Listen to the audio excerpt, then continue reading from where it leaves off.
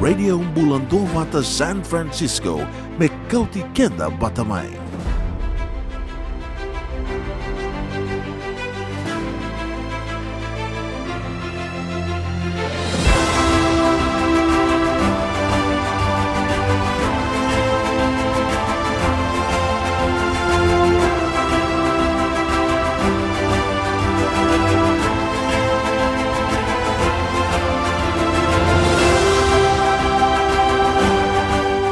Ni sambula vinaka na matawiwekani ke menina wakararanga tika mai na singni kua. Na ivango ko Savaira, kau maneleo ni tailevo ka wakatika ngoi San Francisco, California. Au maro taka ni solvia wendo na ngau na meo mai wakamadhala taka na vinaka ni dhula ni Covid-19 ina nongumbula. Taumanda wadhula mbaleta niu senga walenga ni via tango makiao pero wavia tango makatalengana no gumatu vale na lubvengu sengemba kilima sembera ni rawa ni dhula so kila kwa chikana vulnerable category na watingu high risk talenga baleta ni matini suka matini uto talenga au sadula wati bakarua kau baka dina takana kiana vinaka Raunika ni na dhula ni Covid-19 you know, it's not only safe but it's highly effective. Au kila nugutoro tine dhula ni Covid au dondo meu vela koyaki ni kila ni usatango makitu au kila ni na dhula ni Covid go ena wakama manda taka na kena tawio na Covid maybe ira korasember ni dhula. Kebakani semberni dhula kemnena turanga kena marama au kera bakang bimbi moni gangaroni na Delta variant talengago ko lakwa vakitingo you know it's more contagious totolo na kena tete au bakongeti kenda au bakongeti kemni moni dhula you know na bakan dinendina takani na dhula ni Covid go e be bakang bulai au sa waka mamasu menda muria na lawa au wa mamasu talenga vi kenda ya dua menda tali rawa menda nunumi retiko na leweni nonta matu vale waka bimbi beir nonta ngasi ke irna nonta lalai win nakasarwa lebu ni kalunga tetiko. Endontonum beka mera dhula ina dhula ni COVID-19 o irna ngoni tau bimate. Should children with underlying health conditions or allergic reactions be vaccinated against COVID-19? It's very important for children with underlying conditions to be vaccinated against COVID-19. Many conditions and chronic illnesses can increase the risk of severe disease. Allergic reactions to the COVID-19 vaccine are rare, and very few people have had severe adverse reactions. Parents or guardians should consult their child's healthcare provider to discuss any concerns, including underlying conditions or previous allergic reactions prior to vaccination. To learn more, go to vaccinateall58.com. Una oirana wana ndolo beka mera dhula ni Tatarovi Ni Covid-19 dinangani ra Dr. Mati?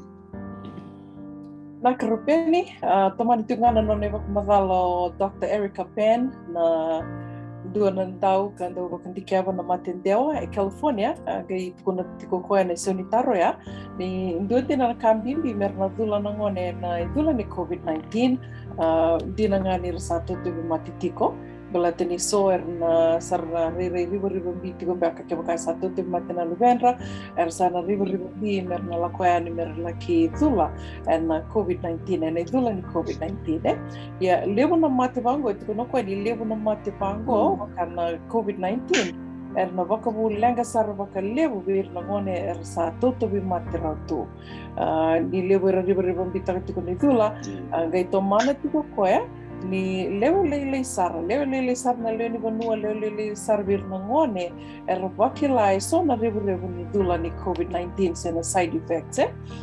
yang ngone na vuna donu merna kere makasala rau kina na itubutumbu kera na doni besusu beira na Vuniwai nimbera nira lakwa ni mera laki dhula na lubera Go ke ka waka bibi ke waka era satu te mati tiko na idula ni COVID-19 do talaga nakali go rupeni kila na allergies o ser na tani kila se dava na ken na tuku ni mai weekend mai viti ken allergies onge wakila tunga ken allergies onge wak sama takai ampe ka bakana do kai tumbe nga mai non na matitakai sa matitaka ia do talaga nakali utibike ya na allergies so era river bitaka na nandra dula so era na lubendra ya bibo kan dita kitikna o era na Vuniwai o era na kenandau ni binaka dake na dula endua ngone sengase bibi era saba kitin karua kadake binaka dake merna dula na leli sar na kair na bakila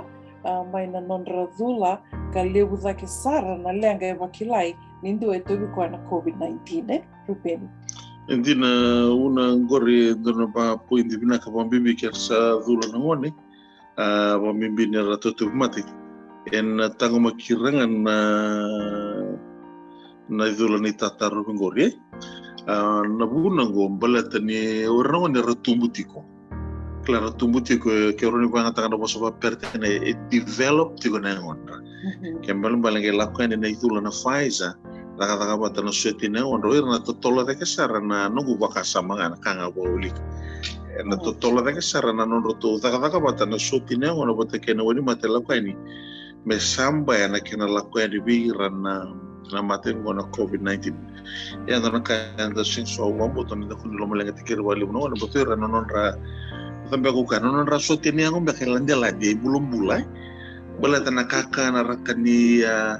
ikla ele una kai sule ke na wanda gera sa gite ku tumbu da gite ko so tena wanda ko sar to tolo talangana na ken le da ka bata mer le komban bata ki na nondra ken wanda merendra fom ta ken ndona se tatango ma ki se sa sambai ia mbala tana na matengo ke me mande ke sa ke mami ronika sa bola sa ten ke me lande ni waya sa na lao tingon na banana ni na sana bogaro tokin na se tos na oni bota tabukin na ti ona kaloko dola talanga beke me mena yala ni wonu so bitile usara ona bitoso yaki ya na ka kime marota ko sa bota beke me mena baga so ngon di mata se na sula konsomat me le euro so bu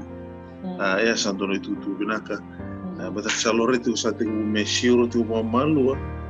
na wili ni uno roto mate tambe takiti korra le uno era sadula ni tatango makitango makira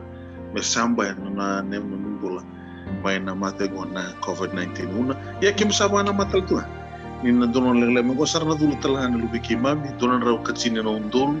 bersana wala talhan kurnu buli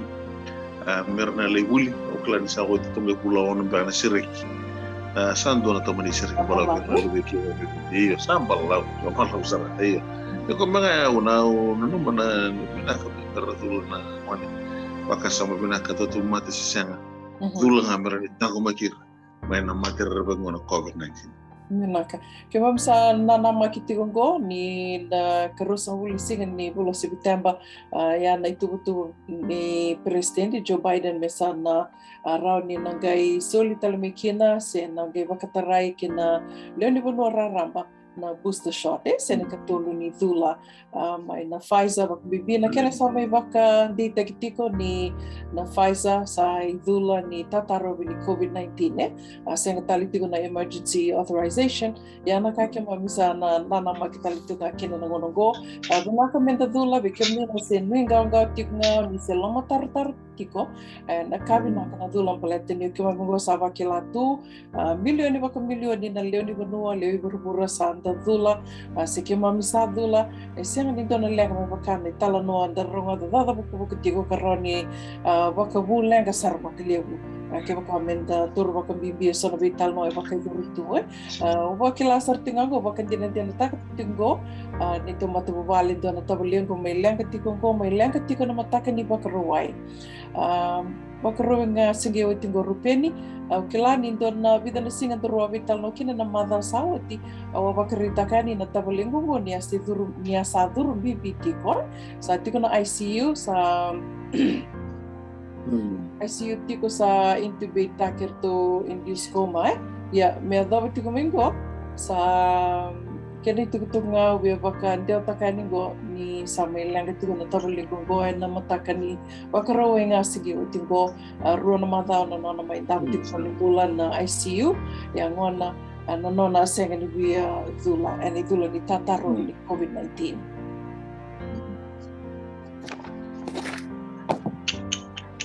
Isang lenga sa una na bimbini nonda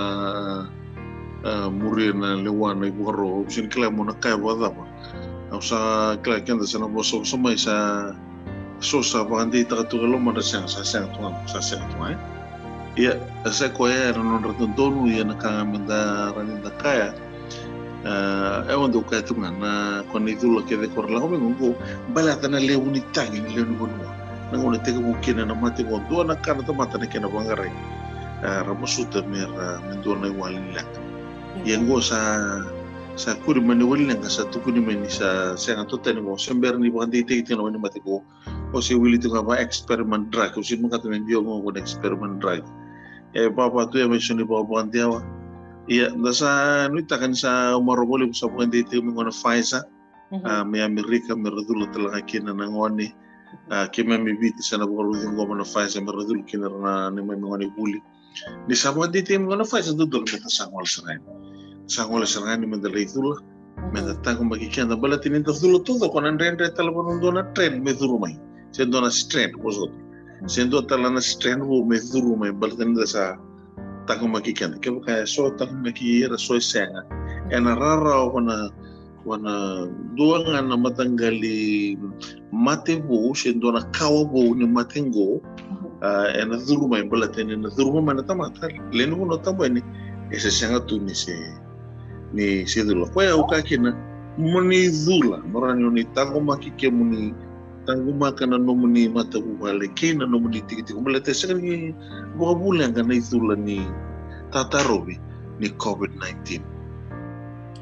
Nakango nga na itukutuku may na California Department of Public Health na tambana kang garawa na ituba kinibula raramba California kena vaccinate all 58. Na itukutuku matay lalay may balata na beka kirondo may osieti ko yani may balata tikon na idula ni Tatarovi ni Covid-19 nigi sikova na vaccinateall58.com o na vaccinateall58.com.